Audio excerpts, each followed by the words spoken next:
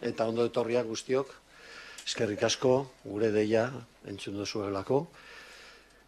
Egunon bebai, baria telebistaz jarraitzen duzueneok.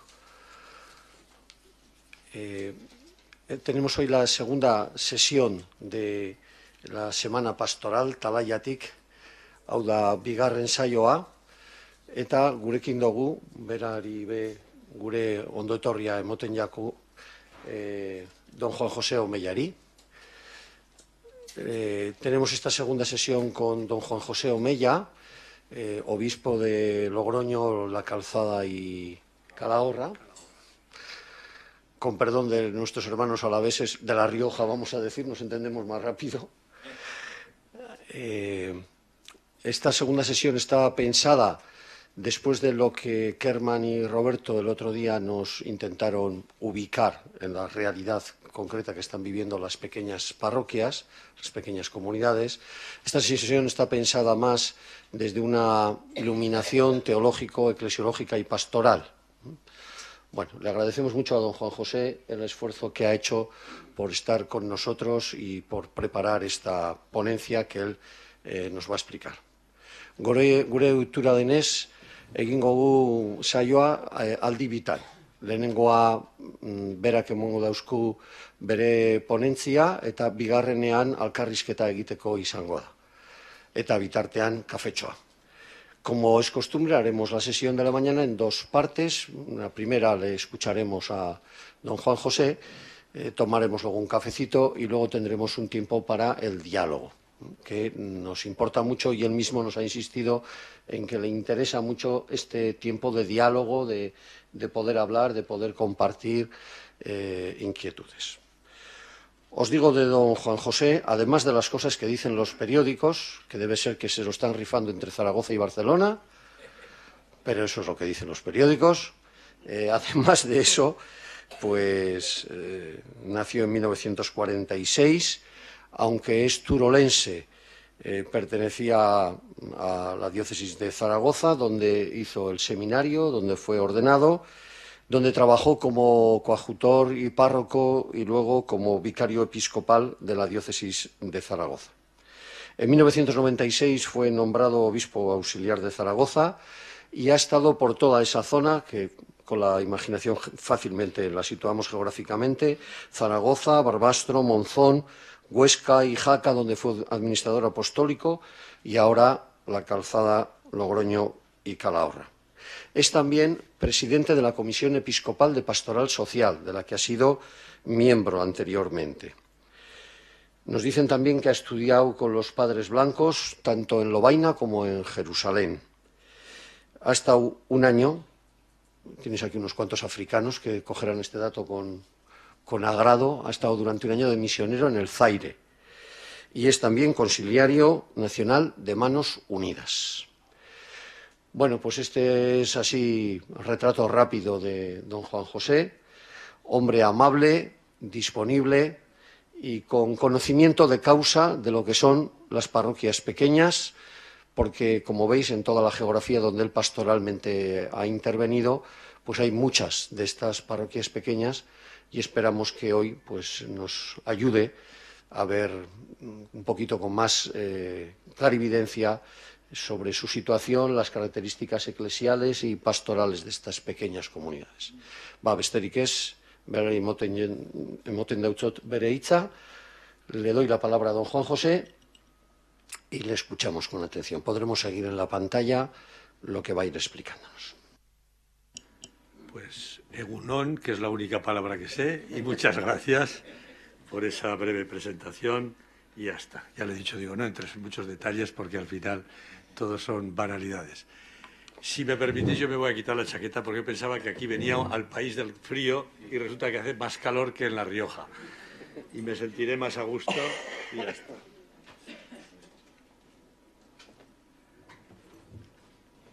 Bueno, pues me pidió Carlos que preparase esta charla sobre las parroquias, y así lo hice, y tengo que confesar, para mi humillación, he preparado todo con el PowerPoint y ponía en la charla donde tenía que cambiar de estas cosas que no las domino porque es la tercera o segunda o tercera vez que hago una charla con PowerPoint y me la he dejado encima de mi despacho pensando que la había cogido y llego aquí al abrir y me he encontrado sin nada. No sé si os ha pasado alguna vez, sientes un sentimiento de desnudez total. Bueno, haremos lo que podamos, así que... Pero, en contra, la charla es larguísima, no sé cuántas páginas tiene, y por lo que veo en una hora no voy a llegar ni a la mitad, porque además yo me enrollo mucho, ya me perdonaréis, pero dejo la charla. Con lo cual, os la pueden pasar tranquilamente, la leéis en casa y ya está. Y entonces lo entenderéis mejor y me criticaréis mejor, porque diréis, pues esto no lo ha dicho, pues esto estaba mejor dicho que lo que ha dicho, y entonces crecerá mi autoestima porque me querréis mejor después de leerla y no después de haberme escuchado. Así que haz el favor después de regalársela a todos, aunque sea por correo electrónico, y luego no perdáis mucho tiempo, la miráis por encima y la tiráis a la papelera y ya está. Bueno, entonces la charla tiene una pequeñita introducción que ahora entramos, y para que la sigáis porque no voy a llegar a todo. Tendría un primer punto que sería los caminos de Dios hacia el hombre, la experiencia cristiana. Luego, una renovación y conversión a la que estamos llamados todos. Y luego entro ya en la renovación de la parroquia, que a mí me parece que esto es importante en todos sus ámbitos.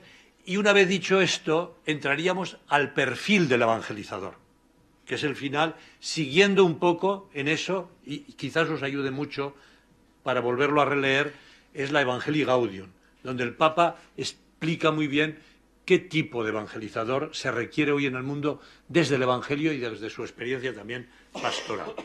Bueno, pues dicho esto, empezamos. Ay, ya veis que no domino yo. Con el PowerPoint que me ayudará, me sentiré más seguro. Vamos a ver.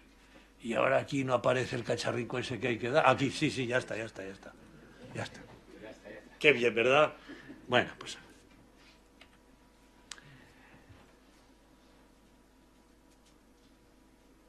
Yo digo que cuando Carlos me llamó, lo que me motivó a aceptar, porque siempre me da miedo a mí venir a hablar, sobre todo al norte de España, aquí en Bilbao y San Sebastián, que sois pioneros en tantas cosas, o habéis sido pioneros.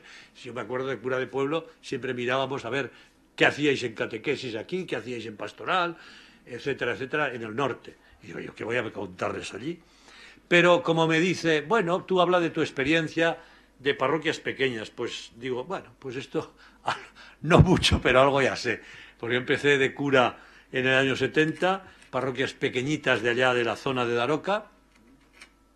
De allí me trasladaron al Cañiz, zonas también de pequeños pueblos. Acabé de cura de pueblo en Calanda, un poquito más grande, pero tampoco muy grande, 4.000 habitantes o 4.500, me parece que tenía. Y de allí me pasaron a Zaragoza y ya el recorrido. Pero bueno, he visto también muy de cerca como obispo, pues como decían antes, las parroquias del Pirineo y ahora también en La Rioja, toda la parte que da con Soria, de ahí pueblos muy pequeñitos también, con 3, 4 habitantes, 15, en invierno 20. Bueno, pues no estoy de cura allí, pero la experiencia siempre toca. Y mirad, siempre me ha impresionado pensar que Dios eligió hacer alianza con un país pequeño. No porque seáis el más numeroso de todos los pueblos, se ha ligado Yahvé a vosotros, y os ha elegido, pues sois el menos numeroso de todos los pueblos, sino por el amor que os tiene. Yo creo que ahí hay una clave importante, porque en esta sociedad en la que vivimos buscamos siempre la grandeur, las grandes parroquias, los grandes núcleos, los pequeños. Dios elige lo pequeño. Y quizás ahí tenemos que hacer una conversión frente al mundo, donde valora lo grande, lo importante. Y es que Dios no deja de sorprendernos. No elige lo grandioso y lo espectacular, sino que asombrosamente elige lo pequeño, lo insignificante. Toda acción con ese pueblo elegido tan pequeño, que es Israel, Nazaret, será una acción movida por el amor. Ahí está la clave.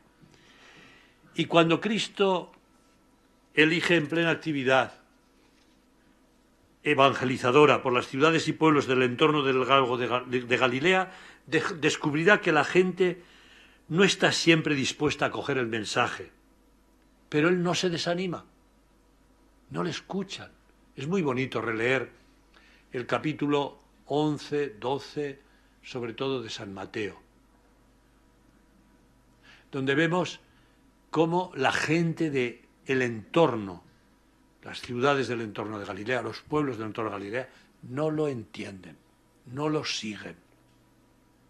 Ay de ti, Corozaína, ay de ti, Betsaida. Y sin embargo, en esta situación tan adversa y tan complicada, Jesús hace la oración más bella de un evangelizador. Nadie le sigue, nadie le escucha, ni aunque haga milagros, y sin embargo él dice: yo te bendigo, Padre, Señor de cielo y tierra, porque has escondido estas cosas sabios y entendidos y se las has revelado a la gente sencilla. Esa actitud es la que muchas veces no está en nosotros. No me escuchan, no me siguen, es un pueblo pequeño, aquí no hay más que viejos, mire usted. Bueno, que me digan eso los de una zona rural, en plena montaña, digo, pues aún no entiendo. Pero llego a la ciudad y me dicen lo mismo. Mire usted, es que aquí no hay más que viejos. Chico, pues no entiendo yo. Aquí ya no nace nadie. Hombre, alguien nacerá. Pero aún hay gente. Pero hay gente todavía. Sí, pero son muy mayores. ¿Y qué más da? No son hijos de Dios.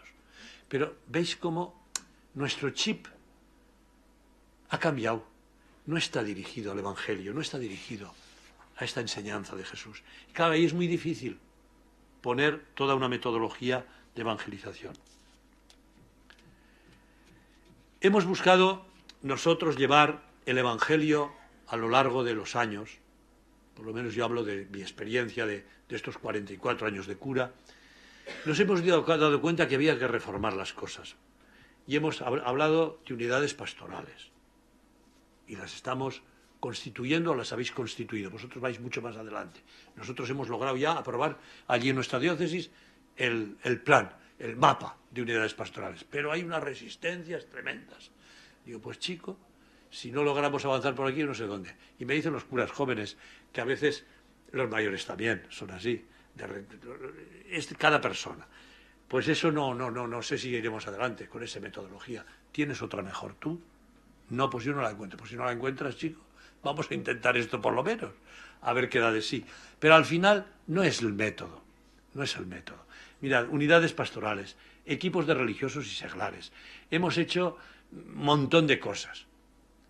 Nuevas comunidades religiosas que metemos de inserción por aquí, por allá. Y decimos, pero esto no arranca. Y es que hemos perdido poner, o no nos hemos dado cuenta de poner alma a estos métodos. Y el alma es la alegría evangelizadora. El evangelizador, esté donde esté, en las circunstancias más adversas, si no lleva la alegría del Evangelio, no hará nada. Ya puedes poner los métodos que quieras. He tenido la suerte, con Manos Unidas, de viajar a Cuba. Me recorrí todas las diócesis. No he visto una iglesia peor tratada, por lo menos en donde yo lo conozco. También estuve en China, de eso no, pues si no acabaré la charla. Otra experiencia impresionante, por 2 veces he estado allí, con la iglesia nacionalista. No estuve en la otra perseguida. Y sin embargo, me quedaba admirado en esta situación tan adversa que no pueden predicar el Evangelio, la alegría que encontraba yo, tanto en los obispos, aquellos de Cuba, como en la gente en las parroquias. Eran pocos, celebrábamos en hangares, celebrábamos en casas particulares, en el patio de una casa que nos dejaban, si conocéis algunos, habéis estado por allí, y yo he visto, y te cuentan todos los follones que tienen y adversidades, esa alegría. Yo creo que lo mismo que pasa con el arte. Tenemos conventos vacíos ya, iglesias vacías, las hemos restaurado con dinero público, con dinero privado, con lo que sea, porque es arte que no podemos dejar perder, pero no es lo mismo entrar dentro de esos monasterios y de esas catedrales o de esas iglesias que no tienen culto, que no tienen vida, porque no hay monjes. No es lo mismo entrar ahí que entrar en un convento, a lo mejor menos arreglado, pero ahí encuentras alma, ahí se celebra la Eucaristía, ahí vive gente, es distinto, es distinto. Muchas veces en estos tinglaos que hemos montado pastorales, en el buen sentido de la palabra, lo de tinglao, en estos métodos que hemos preparado, si no hay alma, no sacamos nada. Y la alegría del Evangelio es esa, que nada ni nadie nos podrá quitar. Los males de nuestro mundo y los de la Iglesia, incluso los de la Iglesia, no deberían ser excusas para reducir nuestra entrega y nuestro fervor. Miremoslos como desafíos para creer, no como males, sino como desafíos. Ojalá tuviésemos nosotros esa mirada positiva. Y acerquémonos a cómo hace Jesús ese apostolado. El resucitado, ¿qué hace? Se encuentra a dos, no una comunidad de 80, a dos, los de Emaús, y se acerca a ellos, a dos. María Magdalena era una sola, y se acerca a ella. No les deja. Es que si hay poca gente, no importa, es una persona. Emaús es el paradigma de todo proceso evangelizador. Ahí es donde tenemos que aprender, mirar a Jesús cómo se acerca. Uno a uno, estamos en una situación nueva. Venimos de una situación de cristiandad, sobre todo vosotros en el País Vasco, que habéis tenido en el norte de España, Navarra también, La Rioja también, habéis tenido años muy gloriosos, de mucha masa. Esa reconversión cuesta más que cuando se ha estado en otras situaciones. Y esto no lo podemos perder de vista, si no nos equivocamos en el diagnóstico y en el remedio para salir en el camino evangelizador. Creo que tenemos que tener las claves. Y a mí esto me hace pensar muchas veces y volver a ello, y lo digo muchas veces. Yo estudié en los Padres Blancos, quería ser misionero en África con los Padres Blancos, y siempre recuerdo cómo el cardenal Avigerí, fundador de los Padres Blancos, cuando inicia la primera misión, porque él estaba en Argelia y quería misioneros para el mundo árabe en Argelia, en el Sáhara, pero él piensa también en los africanos y le concede el Papa que su diócesis se extienda también más allá del Sáhara, la zona de Uganda, Kenia, etcétera, los Grandes Lagos, y manda la primera caravana, 3 misioneros. Ex novo, porque no han oído hablar nunca del Evangelio. Y se marchan los 3 primeros, jovencitos, 23, 24 años, los primeros misioneros, 3, con una caravana de bereberes. Y empiezan la travesía del desierto. A los 3 días llega la noticia, los han degollado a los 3. El cardenal Avigerí se quedó impresionado, pero si no han llegado, 3 días llevaban de marcha.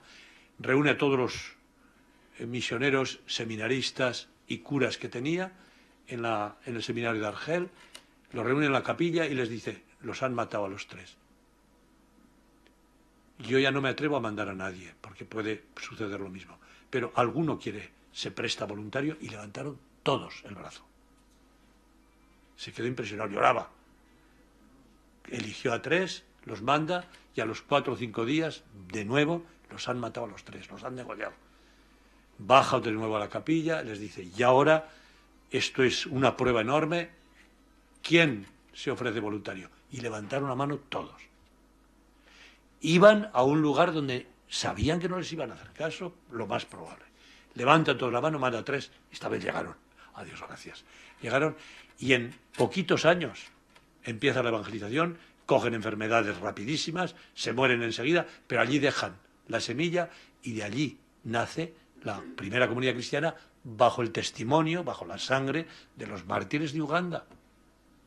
Es impresionante. Y no se echan para atrás y empiezan con 4 y empiezan con 5, con los que le quieren escuchar. Esa actitud que el Papa dice que yo quiero una iglesia en salida hacia las periferias, es lo que hemos perdido. Nosotros estamos metidos hacia adentro, toco la campana, la estructura que venga. Sal, sal. Y con quien te encuentres. Si tiene 8 años, 8. Si tiene 18, 18. Y si tiene 60, 60. No hay jubilados para la evangelización. A cada uno como pueda. Esta actitud de fondo a mí me parece que es la que hay que recuperar en nuestra vida.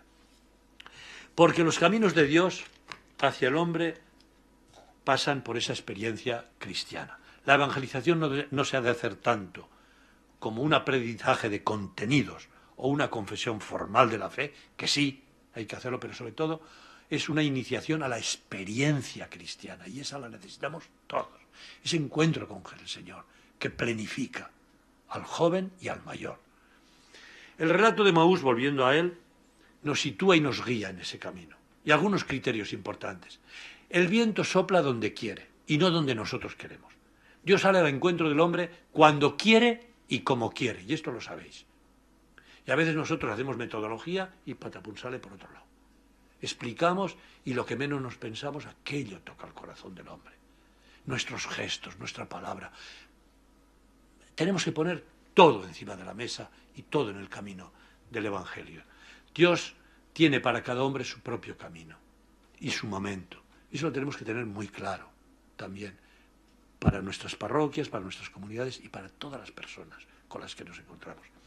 El hombre, no lo olvidemos, lo sabemos de memoria, pero hay que volver a ello, es el camino de la Iglesia.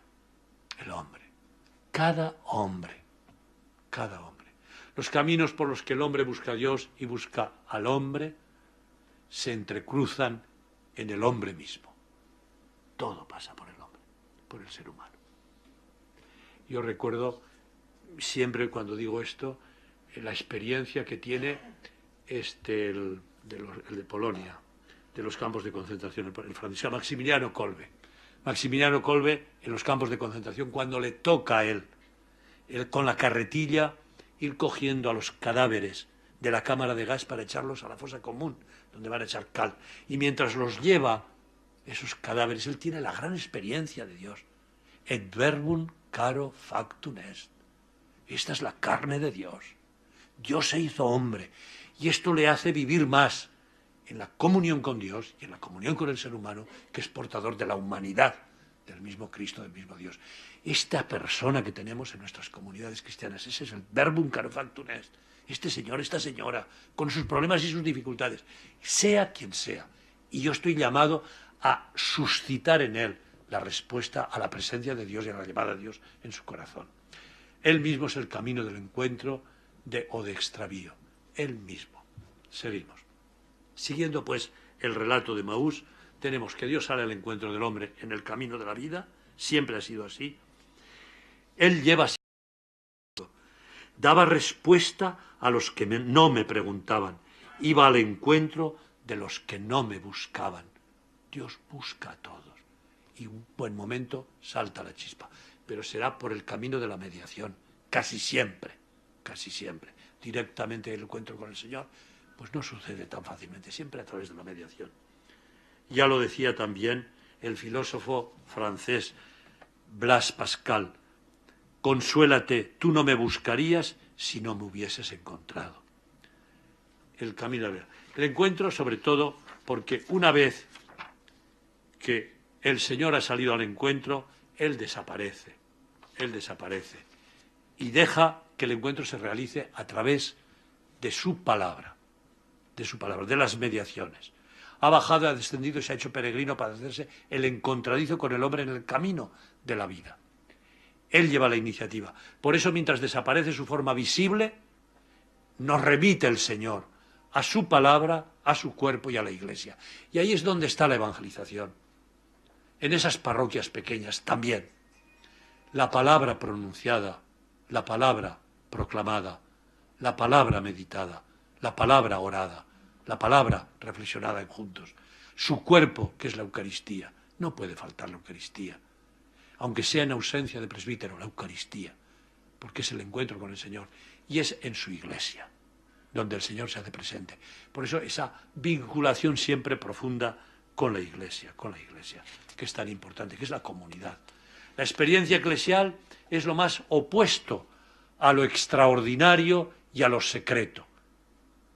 Es la visibilización del encuentro con el Señor. Se da en la cotidianidad y a la luz del día. Eso es tan importante. Y hemos hecho el punto de referencia del cristianismo es el que va a misa, como el musulmán es el que va a la mezquita. Pero no solo ese camino, ese se visibiliza más, será la caridad, pero este es el signo visible. Por eso decimos siempre, ¿son practicantes o no practicantes? Y pensamos en la Eucaristía. Es cierto, y yo creo que es importante que nos vean celebrando la Eucaristía gozosamente, en comunidad, en fraternidad, aunque sean pueblos pequeñitos, pero eso es lo que hacían la comunidad primera cristiana. Y esto es lo que el Papa, creo que era Juan Pablo II, en el Eclesia de Eucaristía, cuando dice los de Abitinia, los mártires de Abitinia, cuando les dicen tenéis que adorar al Dios emperador y no tenéis que ir a misa, celebrar la Eucaristía, no podemos pasar sin la Eucaristía, sin el domingo. es la visibilización. Pero ahí es donde se vive la vida de todos los días, se celebra la palabra de Dios, se celebra la vida y luego se compromete a participar con todos los hermanos ese cuerpo de Dios en el amor, en la Eucaristía. Creo que ese es el camino. La experiencia cristiana siempre ha mantenido la posibilidad de conocer a Dios a través de la analogía, a través de la correspondencia entre el Creador y la obra de la creación. Los teólogos nos hablan de la antología entis, que es la belleza de la creación, encontrar la huella de Dios en todo lo que nos rodea. ¡Qué maravilla!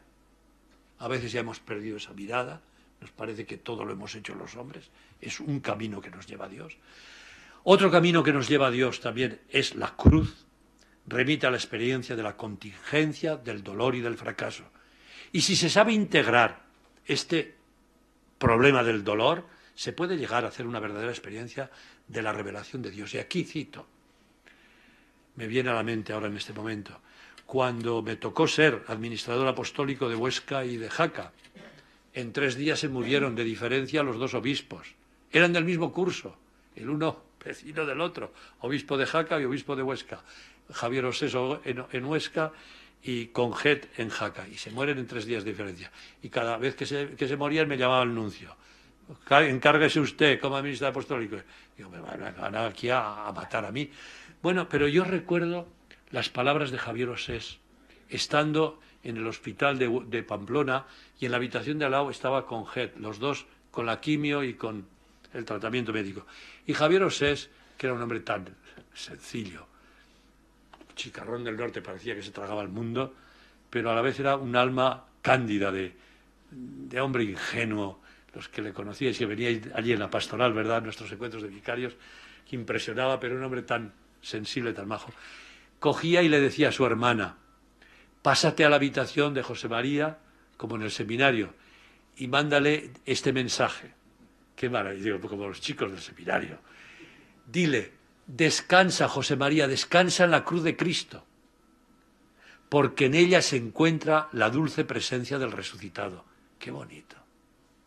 Descansa en la cruz de Cristo. ¿Cuántas cruces no toca a nuestra gente? Sobre todo en los pueblos rurales, en los pueblos pequeños, también en la ciudad. Enseñarles a descansar también en la cruz de Cristo. Tenemos que evitar todo el dolor posible, claro que sí, pero también tenemos que enseñar a descansar en la cruz de Cristo, porque hay cruces que no las podemos quitar, que no las hemos buscado y que Dios permite que esa cruz nos haga madurar y crecer. Luego le daremos gracias al Señor, porque la cruz nos lleva a la victoria, al triunfo. Pero mientras tanto, descansa en la cruz de Cristo, porque en ella encuentras la dulce presencia del resucitado.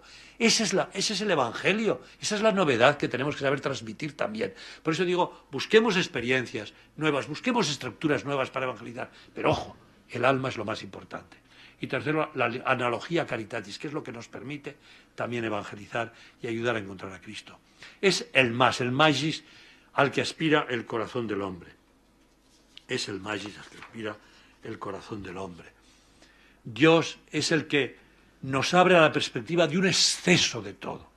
Exceso del don de amor, exceso de gratuidad. En él encontramos, y en la comunidad cristiana tenemos que encontrar eso, el exceso de amor. Estos me atienden. Yo digo, puede llegar que en nuestros pueblos pequeños al final desaparece todo. Desaparece, como dicen en los pueblos de por allá, hombre, desaparece el médico, desaparece los maestros, desaparece la Guardia Civil. ¿Estamos desamparados? Nos desaparecen los curas. No, el cura está allí cuando lo necesitan, las 24 horas del día. A veces no puede vivir allí, pero no hace falta que uno viva allí, sino que te vean cercano, que te vean que los quieres y que estás cuando te necesitan. Yo cuento, entre paréntesis, no se lo contéis a los de Calahorra, la diócesis no es fácil aprenderla, ¿eh? Yo también me liaba hasta que he tenido que repetirla. Y muchas veces, para no decirlo tan largo, digo la diócesis de La Rioja, la iglesia que peregrina a La Rioja. Para la diócesis el título es Calahorra y la calzada Logroño. Calahorra es la sede, desde el siglo IV. Los de Calahorra siempre han tenido a gala el tener obispo allí. Y cuando en los años 62 se quiso marchar el obispo, que era don Abilio del Campo y de la Bárcena, y estaba todo previsto para ir a vivir a Logroño, se encuentra una mañana, tiempos de Franco, años 62, cualquiera hacía pintadas y manifestaciones. ¿Recordáis? Los jóvenes no, los mayores sí. Encontrar una pintada en la puerta del Palacio Episcopal. Se alquila cuadra por falta de burro. El obispo dijo, no me muevo, y allí murió. Allí murió. Y cuando yo llegué, me fui a vivir a Logroño porque la anterior a mí ya vivía en Logroño. Pero la primera visita que hago a Calahorra, pastoral, ¡pum!, me atacan. ¿Y usted por qué no viene aquí a vivir? Y entonces tengo que soltar yo pues mi speech. Mira, también mi madre, que está conmigo, me dice que dónde vivo, porque no me ve y le he dejado una foto allí. Ya los dejé para paparullaos. Dice, menos mal que has dejado la foto y te veo, porque no te veo nada. Estás todo el día por ahí. Ya sé que saben un poco, porque lo de la madre consuela. Y luego dije, tate, aquí tengo que tener picardía. Y una vez al mes me iba allí a Calahorra. ¿Pero qué van a venir si es un pueblo de 24.000 habitantes? Que el primer día tienes una visita o dos, pero luego... Y dije, aquí, tate, tengo que tener estrategia, no se lo digáis. Y me iba por la calle, a pasear. Ay, señor obispo, ¿que dónde va? Mira que tengo aquí un trabajo un poquito más arriba, no sé, la calle. Ah, muy bien, adiós, adiós. Ya está, les importa dónde vas. Pero te ve por la calle todo el pueblo. Hemos visto al obispo, ha entrado en una tienda, ha vuelto a salir. Subía hasta la calle y bajaba por la otra. Ya está. Pasaba una hora dando la vuelta a la calle. ¿Cuánto nos quiere usted? Visitación todos los días por aquí. Bueno, no hacía nada más que pasearme, capacear. Y esto, permitidme, que es mi experiencia. Yo decía cuando era cura de pueblo, la pastoral del capaceo es más importante que nada, en los pueblos pequeños. Que te vean, que estás con ellos, que compartes. Tía María, ¿qué hace usted? Entre, que hemos hecho unas pastitas, ¿las quiere probar? ¿Cómo no?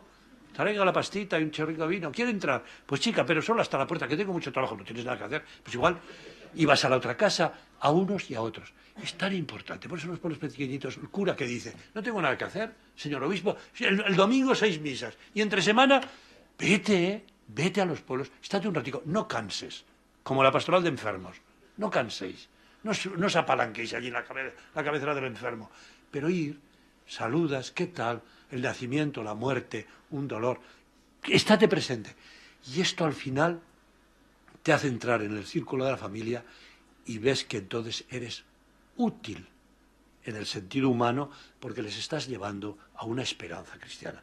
Decía Olegario González de Cardedal, cuando yo era vicario, en algunas charlas que nos dio a los delegados del clero, nos decía, mirad, una de las misiones que creo, y él decía desde mi intuición de Ávila, porque él es de Ávila, pueblos tan pequeñitos, y yo he llegado a la conclusión de que muchas veces nuestra misión es ayudarles a morir con dignidad, que se sientan, ellos que sientan que la Iglesia se hace presente en esos momentos últimos, ayudarles a bien morir. Yo decía, pues también es un ministerio importantísimo, que a veces los olvidamos, a bien morir, en el hospital o en su casa. Esa cercanía del cura. Mira, nos dijeron en el seminario que había que dar una buena instrucción y una buena formación catequética, pero ya a los 50 y 60 años ya puedes dar instrucciones catequéticas. Que de momento entra y dice, qué bien habla usted, ¿qué he dicho? Y dice, pues no me acuerdo. Pero si haces gestos de amor, de eso se acordarán toda la vida. Estas son las estructuras pastorales, por eso digo que el alma es tan importante. ¿Dónde se hace presente Dios? Pues en la libertad.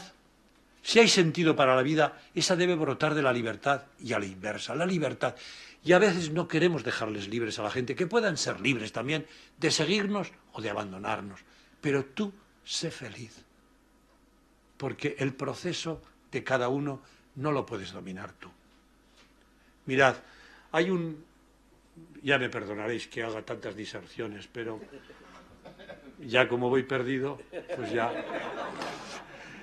Luego lo leeréis, que os enteraréis mejor, nada, es igual.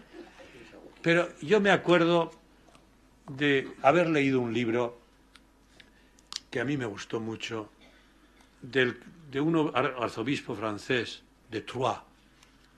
El nombre ahora no me viene a la mente, pero es igual. Él era presidente de la Pastoral Social, yo me encontré con él, con el tema de Manos Unidas, alguna vez en alguna reunión. Me parecía un hombre muy profundo, escribe libros, y él dice una cosa. Le hacen una entrevista a unos periodistas y dice él, el periodista le pregunta, ¿tienen miedo los obispos? Eso vale para los curas y para los agentes de pastoral. Y dice, sí, también yo tengo miedo. ¿Y cuáles son los miedos del obispo? Pues el primer miedo del obispo es miedo a la palabra. Tengo que predicar la palabra y esa palabra me cuestiona a mí. Porque digo lo que no vivo y sin embargo lo tengo que decir. Miedo a la palabra, para ver si me convierto. Y tengo que predicarla. Muy bien. Y dije, qué bonito, es verdad. Para vosotros soy obispo, para vosotros soy predicador, soy padre de familia, soy educador, soy catequista, sacerdote, con vosotros soy cristiano. Me tengo que escuchar yo también esa palabra de Dios. Segundo, miedo a no ser padre de los pobres. El día que me ordenaron obispo, me preguntó el ordenante, ¿quieres ser padre de los pobres? Y dije, sí. Y luego vi a un pobre y digo, este me marea, este huele mal, este me complica la existencia, y me marcho. Y lo abandono. Y esto a veces lo hacemos. A saber lo que querrá este mes. Escúchale, estate cerca, padre de los pobres. Y en eso me tengo que examinar yo también. Y cada vez que lo digo, se me revuelven las tripas. Y tercero, dice él, miedo a la libertad. Es decir, a no dejar ser libres a los demás. Que puedan renunciar a seguirte y a seguir a Cristo. Y que se quieran ir. Pues tú no te hundas por eso. Porque Dios nos ha dejado libres para quererle o no quererle. Para responderle o no responderle. Y yo voy a querer tener todos atados. No.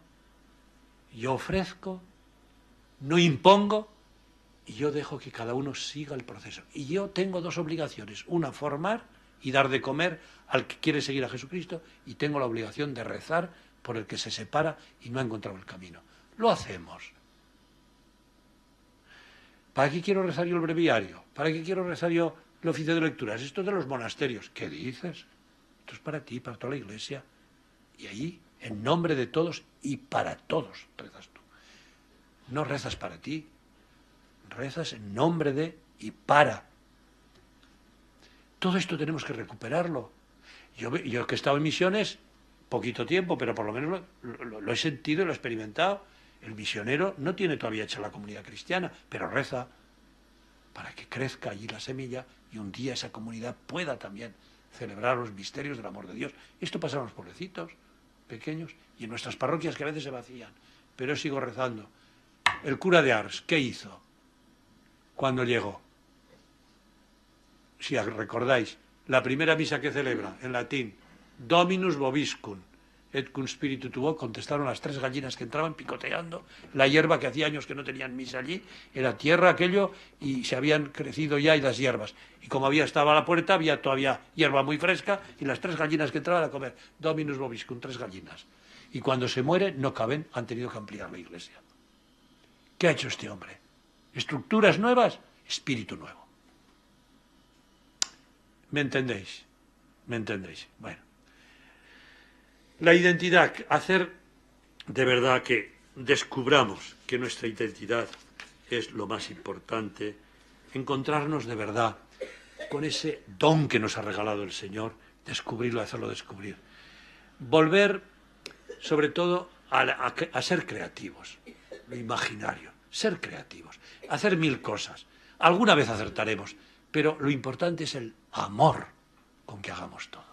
Unas veces saldrá mejor, otras veces saldrá peor lo que hacemos. ¿Y qué más da? Es que no me sigan, es que no me entienden. ¿Qué más da? Siempre con amor, y todo lo que haces con amor llega al corazón. Y luego vivir con una gran esperanza, que eso sí que lo hemos perdido. El otro día tuve la suerte de poder hablar con el Papa Francisco y me dijo, yo noto que andáis en España, la Iglesia en España, un poco faltos de esperanza. En esa visita de Límina he notado, y en lo poco que he podido percibir de España, y digo, pues creo que ha acertado Santidad en ese diagnóstico. Nos falta esperanza. Pero si tenemos lo más grande, que es el Evangelio, es a Jesucristo, que no responde ni qué más da, pero no pierdas la alegría y la esperanza. Si tú has perdido la esperanza, ¿quién te va a seguir? Si tú no crees en lo que vendes, ya puedes hacer reformas ya. ¿Y qué? Si tienes los pies rotos, ya puedes poner zapatos nuevos. No podrás andar. Habrá que arreglar primero el pie. ¿Me entendéis? El encuentro con la palabra que interpela la historia. La palabra, sabéis, es el mismo Cristo. Y el cristianismo es una religión del encuentro personal con Dios. La palabra no es una ideología, no es una idea, no es un discurso, es la persona de Jesús. Y esa palabra de Jesús hay que vivirla desde dentro. Y la palabra se hace encuentro con el hombre, sale al encuentro del hombre y se comunica en su Hijo. Y eso tenemos que creerlo. Por eso es tan importante, yo creo, una de las actividades más importantes, sobre todo en los pueblos pequeñitos, en las parroquias donde hay gente muy mayor, que más que con un discurso teológico moderno, que a veces no lo siguen, que vuelvan al Evangelio. Esas escuelas de lección divina, de escuelas del estudio y de la reflexión y de oración de la palabra de Dios, que es donde todos se encuentran, el listo y el torpe. Y cada uno expresa lo que la palabra de Dios le dice, y ahí podemos ayudar, desde nuestra reflexión teológica, a avanzar a la gente. Les podemos hacer tanto bien. Dios sigue llamando a una historia de libertad.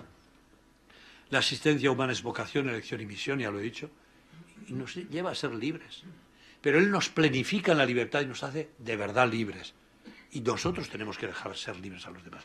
Pero si no hay vocación y misión, no hay encuentro. Sentirnos llamados por el Señor, desde el día de nuestro bautismo, todos. Y yo insisto mucho en esto. Dios nos ha llamado a todos, a todos. Y nos ha llamado a todos a la santidad y a ser apóstoles en medio del mundo. ¿Cuál es nuestra misión? ¿Es que nos han bautizado? Pues como nos podían haber puesto un abrigo de color rojo. No, no, no, no. El bautismo es otra cosa. El bautismo es una elección del Señor. Ven y sígueme y sé mi mensajero. ¿Cómo? Tú como cura, tú como religiosa, tú como seglar, tú como maestro, tú como catequista, cada uno de nosotros. Pero siempre en esa libertad total que nos da el Señor. Pero para que se produzca ese encuentro es necesaria una mediación. Es lo que hizo Jesús con los de Maús.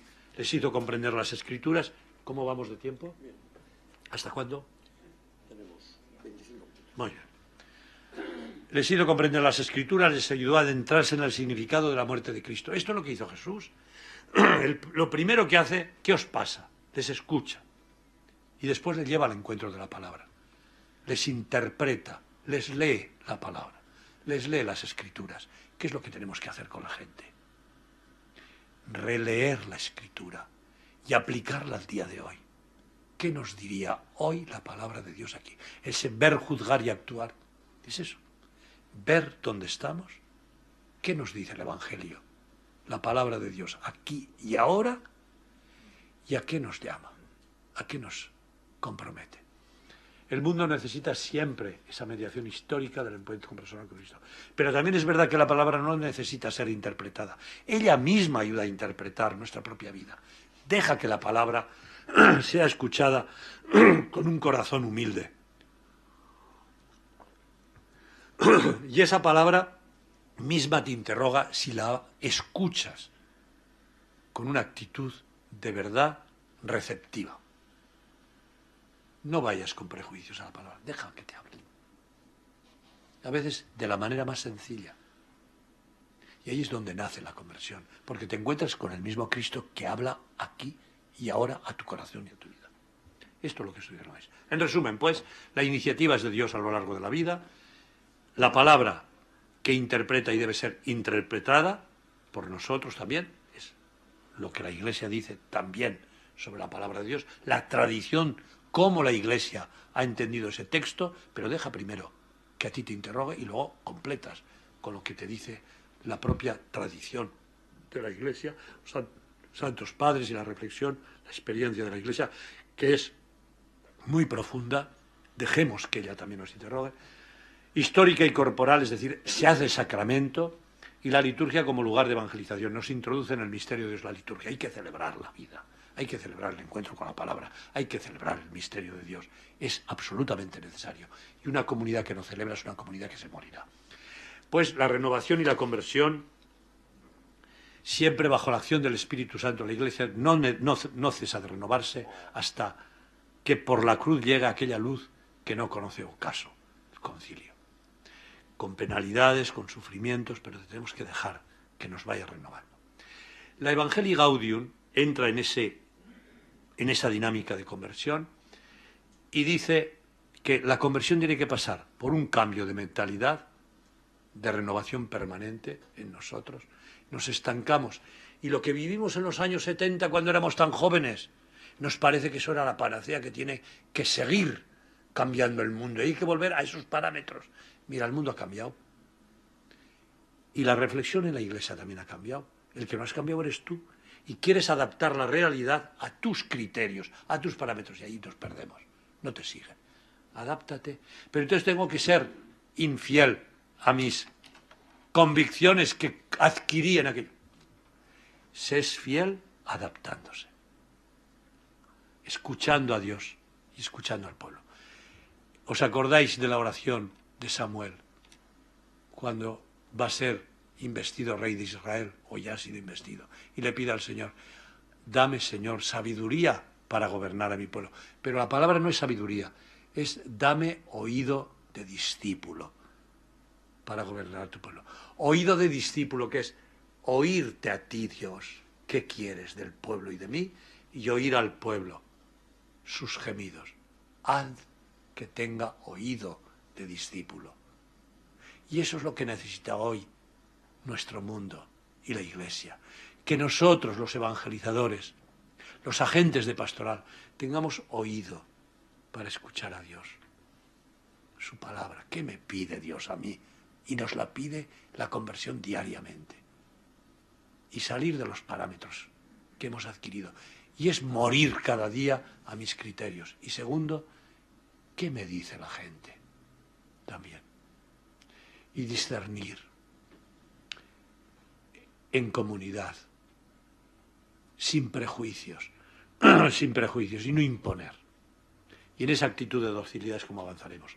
Y para ello hay que volver a la fuente, que es el Evangelio. Por eso el Papa, qué bonito, en ese programa, en esa exhortación programática, la titula ya Evangelium Gaudium, volver al Evangelio, que es la alegría del Evangelio, la alegría de encontrarse con Cristo, y desde allí reformar todo. ¡Qué maravilla! Y le da unas pinceladas a todo, y lo dice de esa manera tan sencilla de pastor. Este verano me encontré en mi pueblo, voy en verano siempre a pasar unos días allí a mi pueblo, pequeño, 700 habitantes allá en el Bajo Aragón, provincia de Teruel, diócesis de Zaragoza, como decías tú muy bien, en la misma frontera con Cataluña. Y me viene un señor ya mayor de un pueblecito cercano donde había sido cura yo allí 7 años, un labrador, sin estudios, siempre de acción católica desde pequeñito, con la costumbre de ir a pasar cuentas con el cura de estudio espiritual, pero luego se ha quedado un poco, ya, bueno, tiene ya 80 años, 11 hijos ha tenido, labrador, todos los hijos le han salido, todos hijos de su padre y su padre, es decir, ninguno cree, y el pobre hombre me dice qué sufrimientos, pero bueno, Dios sabrá, no pierde la paz el hombre, y me dice, a mí me enseñaron la acción católica a leer las cartas pastorales, las encíclicas de los papas, y todas me las leía y me las estudiaba, pero mira, chico, yo que no he estudiado nunca y no soy intelectual, ay, cuánto me cuesta. En algunas me las dejo a la mitad, pero bueno, hago el esfuerzo de leer y luego sacan otra, no la he acabado, sigo leyendo la otra. Pero mira, ha salido esta del Papa Francisco y llevo ya la 4ª lectura. Uy, la entiendo y es preciosa. Digo, este hombre ha dado la clave. Nos ha llevado al encuentro con Jesucristo y a renovarnos. Y él decía, es que es maravillosa. Esto es el gozo del Evangelio, volver a ello. Y digo, que este hombre me cuestionó a mí, dijo, yo solo he leído una vez, tengo que volver a leer. Y al final, de cabo a rabo, aunque no tenga nada que preparar. Qué maravilla, ¿verdad? Esta gente, ¿cómo llega? Pues de ahí volver a la fuente. Algunos aspectos de la renovación y conversión que nos va señalando el Papa. Primero, la opción misionera. Cuando habla de iglesia en salida y de ir a las periferias, ¿qué nos está diciendo? Que tengamos alma de misioneros. Que estamos todavía, no lo sé aquí en Bilbao, yo hablo con más libertad, porque como no os conozco, vuestra pastoral, bueno, si digo alguna barbaridad, pues decís como no nos conoce, pero yo digo, si es que Por mucho que... Porque no es lo mismo hablar que actuar. Y no siempre corresponde la palabra con los hechos. Hay gente que te habla de unas cosas, para que me entendáis. Siendo obispo auxiliar de Zaragoza, no lo contéis, en Zaragoza, había un prohombre, sacerdote, buenísimo, 2 o 3 cursos más que yo, admirabilísimo, que le llamábamos para dar charlas por todas partes, sobre el apostolado seglar, los seglares en la vida de la Iglesia, que no les hemos dado cancha, y venga a dar charlas. ¡Oh, maravilla! ¡Qué bien lo hacía! Pero se conocía a Delibac y se conocía a Yves de Congar. Bueno, es que un intelectual, era un verdadero intelectual. ¡Qué bien! Párroco de una parroquia, ¡qué maravilla! Siempre estaba saliendo por ahí a dar charlas por todas partes. Me hacen obispo auxiliar y voy de visita pastoral a su parroquia. Y le digo, nos vamos a reunir con el Consejo de Pastoral. No tenía. Y el Consejo de Economía, non plus, tampoco. Y digo, ¿y este es el modelo? Se me cayeron todos los esquemas. Y digo, es muy fácil hablar. Los hechos. Es decir, que tengamos una opción misionera. Es decir, salir de ese esquema de que yo toco la campana y tienen que venir. Ahora no viene nadie, nos estamos quedando sin nadie. Sal por los caminos. Señor, hemos preparado la boda y los invitados no han venido. Pues salir por los caminos y recoger a todos los que veáis. Esta es la acción misionera y esta la hemos perdido. Y yo me pongo muy nervioso cuando me vienen los nuevos movimientos y me dicen, oiga, denos una carta que nos permita entrar en las parroquias para explicarles y así reclutar gente para nuestros movimientos. Digo, en Pecera también pesco yo. Iros a las discotecas, iros a los bares y a las plazas y a coger a la gente. Que ir a la Pecera, nos ha costado en la parroquia coger gente y ahora que las tenemos venís y os las lleváis. Hombre, por Dios, eso también lo sé hacer yo. Buscar a otro obispo que os firme la carta. Tiene usted razón. Bueno, lo digo un poco en plan así, que soy yo muy... Lo digo con más amabilidad, con más diplomacia. Pero me entienden perfectamente. ¿Me entendéis? Claro, es que salgamos y contagiemos en las periferias, a través del amor, a través de 1000 maneras, hay 1000 métodos. Mira, los de la OAC tienen un método, los de neocatecumenales tienen otro, que van piso por piso, cada uno. Pero misioneros, salir y no tener miedo de salir y dar la cara. No para imponer, sino para suscitar preguntas y cuestiones. Yo creo que eso es importante. Y esto no lo encontramos muchas veces, esa opción misionera. Es que no vienen. A lo mejor los rechazas tú o a lo mejor no los buscas. Búscalos, porque en el corazón del hombre siempre hay un interrogante. Siempre hay un interrogante. Y buscan a Dios. Y necesitan la palabra de vida. Tenemos que acertar. Bueno, pues todas las mañanas antes de salir de casa, hay que pedirle al Señor ayuda para que pueda ser testigo ante los demás. Me dice el presidente de mi comunidad autónoma, me dice, vosotros los curas vais cada día para atrás. Yo cada día que me levanto digo, hoy tengo que conseguir un voto más para mi partido. Y vosotros os levantáis así porque cada día os quedáis con uno menos. Digo, algo de razón tiene. No nos levantamos con esa inquietud misionera, a ver si consigo uno más para el Señor. Luego no lo consigues, pero ir con ese dinamismo. El deseo de cambiar el mundo. Este mundo no nos satisface, es verdad. Nos gustaría, bueno, pues vayamos a por ello. Y que sea la casa común de todos. Pero hay que transformarla. El Papa habla de eso, ese mundo global donde todos quepamos y de todo. Cambiar el orden social. Somos todos instrumentos de Dios.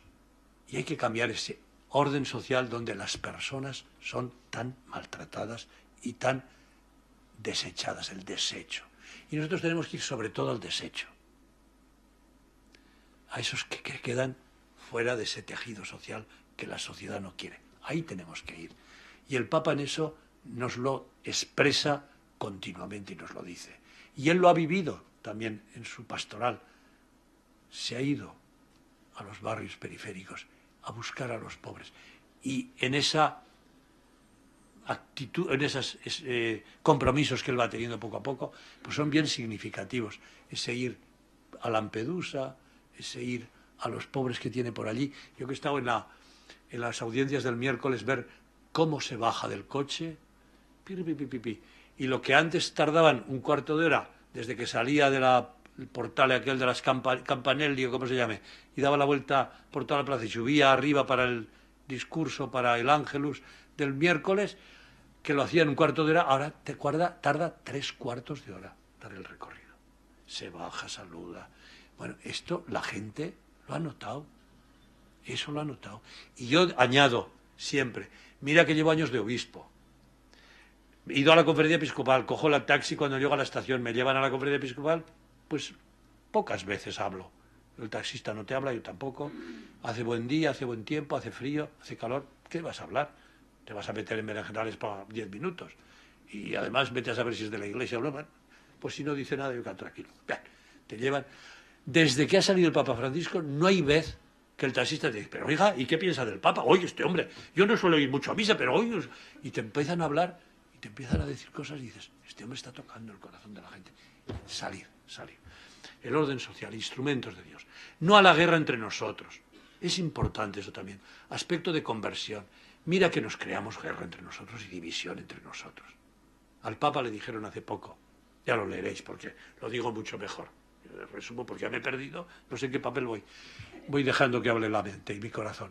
Pero hace poco le dijeron al Papa, santidad, tenga cuidado, porque usted está en Santa Marta y su habitación da justo al muro que separa Roma del Vaticano. Si veis un poquito Santa Marta, da a la parte de atrás de la fachada principal, está por la parte de atrás. Tenga cuidado porque pueden poner una bomba. Ahora estos yihadistas le pueden poner una bomba y dice, ¿para qué voy a tener miedo? Si la bomba la tengo dentro, con las críticas y zancadillas que me están poniendo todos los días. Esa guerra entre nosotros. Yo sé más que el compañero. Y chas. Y a dividir, y a zancadear. Una mundanidad espiritual. Parecemos partidos políticos. No, el misterio de comunión y de amor entre nosotros. Y luego, cuidado también, que por ahí pasa también la renovación, que es no ceder a la tentación de ser pesimistas y desencantados. Estamos de vuelta de todo ya. Lo hemos experimentado todo y ahora vamos a empezar de nuevo. Si hacen lo que yo creo, entonces me entusiasmaré. No. Pero si Dios está trabajando a pesar de todo, y a veces con instrumentos y con métodos bien pobres. No ser pesimistas. La Iglesia sigue y Dios seguirá, malgré nous, a pesar de nosotros. Y luego perder esa cara de avinagraus que dice el Papa. Más alegres. Que el Señor obra, está actuando. Pero a veces no lo percibimos porque tenemos muchas cataratas, nos hemos hecho viejos. Vivir con alegría, aun en el pecado, feliz culpa que mereció tal Salvador. Y luego, cuando hay cruz que nos toca en estos momentos, a nivel pastoral, a nivel eclesial, nos toca poco ese ambiente de llevar la cruz. Esto parece que se desmorona. Es la cruz. Ese es lo que le pasaba a Cristo. Parece que esto se desmorona, esto se acaba. Yo muero en la cruz. Y estos míos, a quienes he confiado mi empresa, me han abandonado y me ha traicionado el responsable de todos. Esto es el final.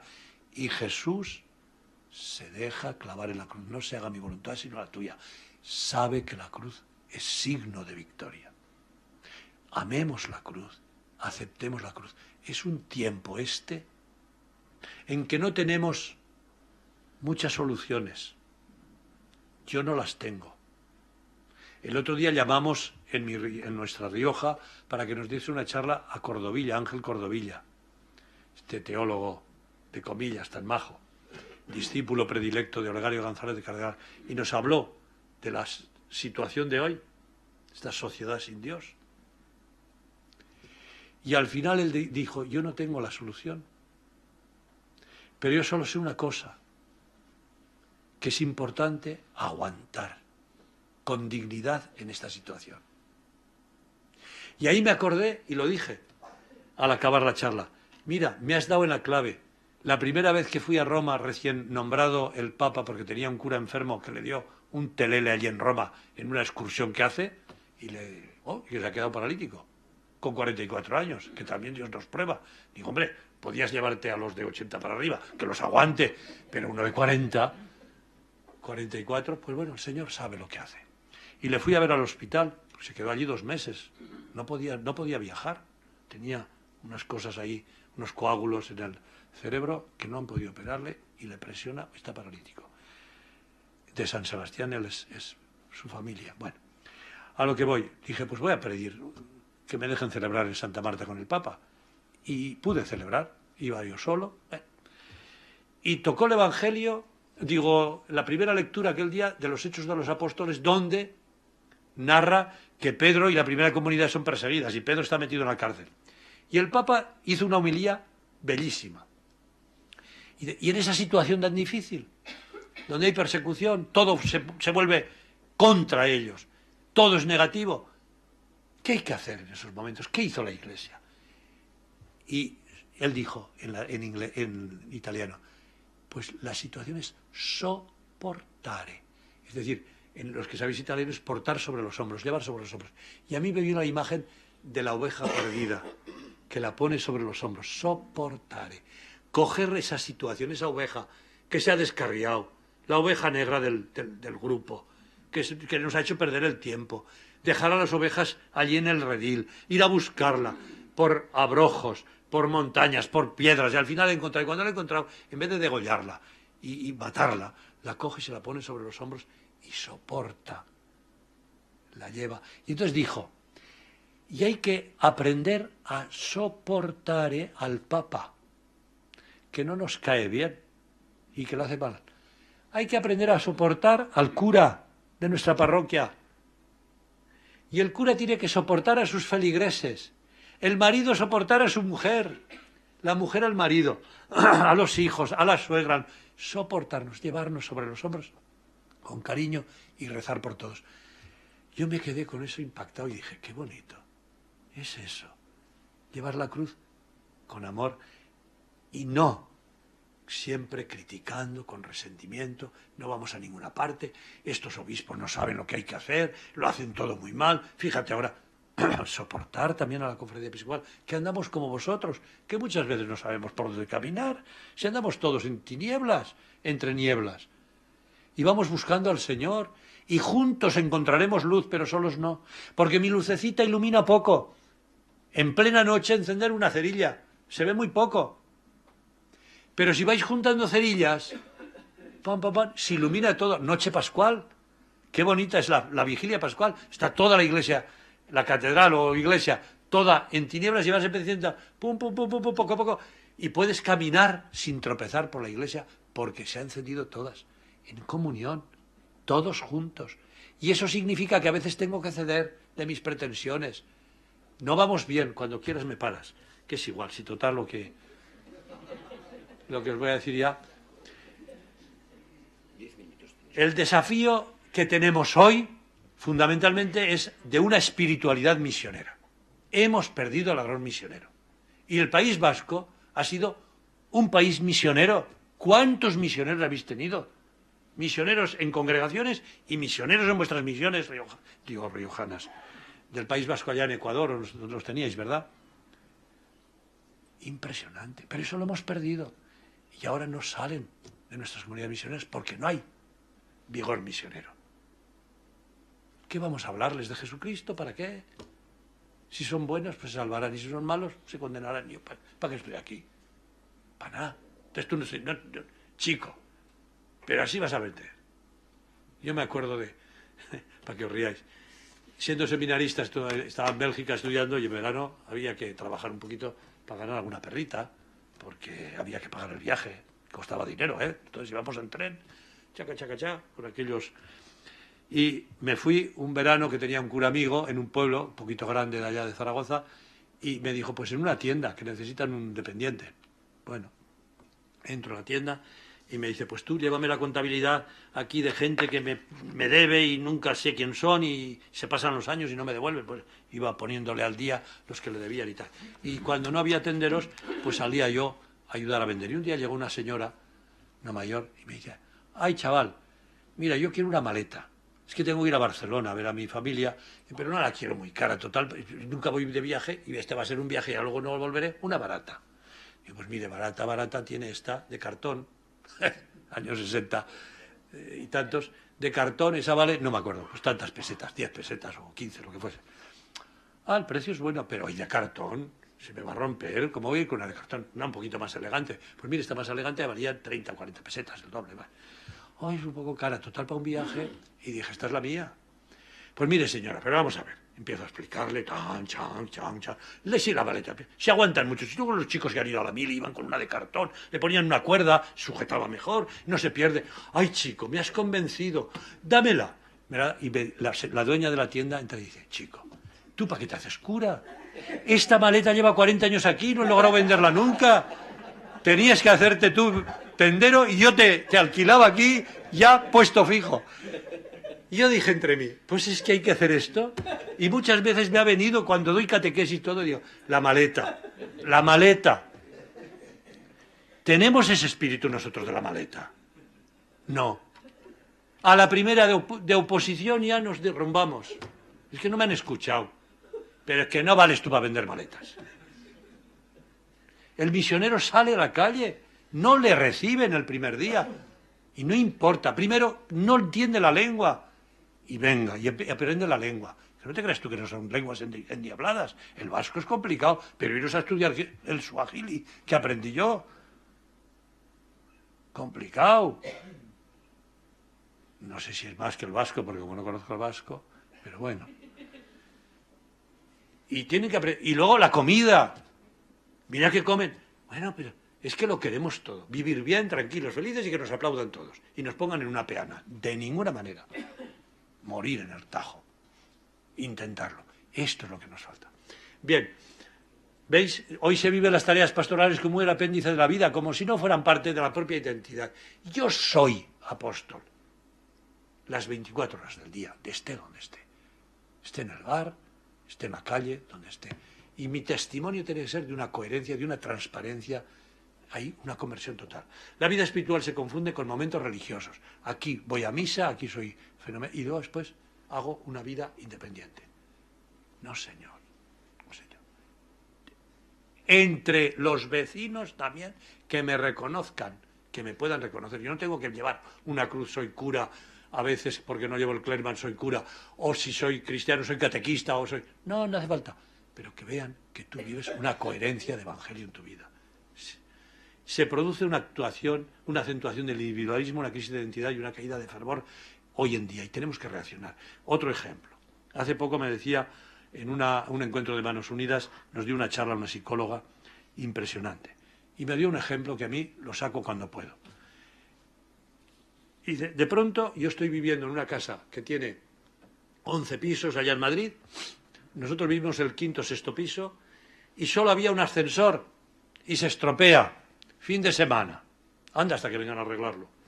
Y allí tienes a toda la gente subiendo con sus bolsas de compra o de lo que sea, chiqui, agotados. Y los ves que... Y se paraban al tercer o cuarto piso a descansar y subían, cogían aliento y... Esto hay que solucionarlo, dice esta mujer, psicóloga. Le dice a sus hijos, venga, vamos a sacar una mesita, aquí en el sexto piso, sacan una mesita redonda, en el rellano, 2 sillas, un vaso, una jarra de agua y unos vasitos. Y se quedan allí. Cuando subían, salían a la puerta, que la tenían abierta. Parece, señora. Pues señor, descanse un poquito. ¡Ay, qué bien, hija mía! Y se sentaban. ¡Hala, beba un vasito de agua! Pues sí, me apetece o no. Y empezaban a charlar. ¿Y qué piso? Pues aún le quedan. Tiqui. Dice, ¿no sabes tú, a esos 3 días, la fraternidad que se creó entre vecinos que no nos conocíamos, que ni sabíamos el nombre?